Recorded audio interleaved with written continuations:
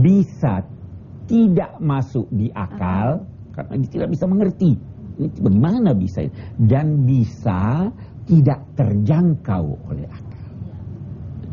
Kalau saudara pergi ke pedalaman yang jauh di sana, yang belum mengenal TV, lantas Anda sampaikan kepadanya, ada suatu alat yang bisa memperlihatkan suatu peristiwa yang sangat jauh pada saat terjadinya. Masuk di akalnya atau tidak? Tapi itu bisa atau tidak? Buat kita bisa. Itu namanya bukan tidak masuk di akal, dia tidak mengerti. Nah, alat untuk memahami ajaran ini bukan cuma akal. Akal, saya tanya ini ibu-ibu deh, saya tanya. Bu, sayang anaknya? Saya. Kalau anaknya, maaf, anaknya bodoh, jelek, mau ditukar dengan anak yatim yang gagah dan pintar. Kenapa, Bu? Ini lebih pintar. Itu bukan akal yang jawab. Ya kan? Jadi ada alat lain untuk mengetahuinya. Tidak semua hal harus dibawa ke laboratorium.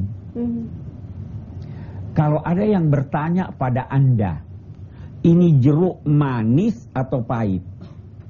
Terlalu lama kalau Anda bawa jeruk itu ke laboratorium. Cobain aja langsung. Jadi jangan semuanya Anda mau andalkan akal Anda.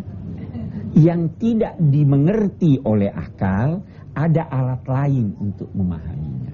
Ya kan? Jadi itu tidak benar itu kalau tidak. Saya kira soal al-adah muhakkimah atau muhakkamah itu begini. Itulah salah satu bukti bahwa Islam itu membenarkan tradisi.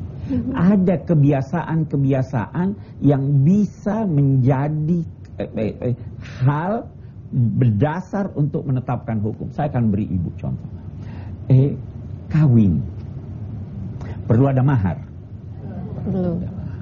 Kalau seandainya terjadi akad ijab dan kabul tanpa disebut maharnya berapa, sah atau tidak?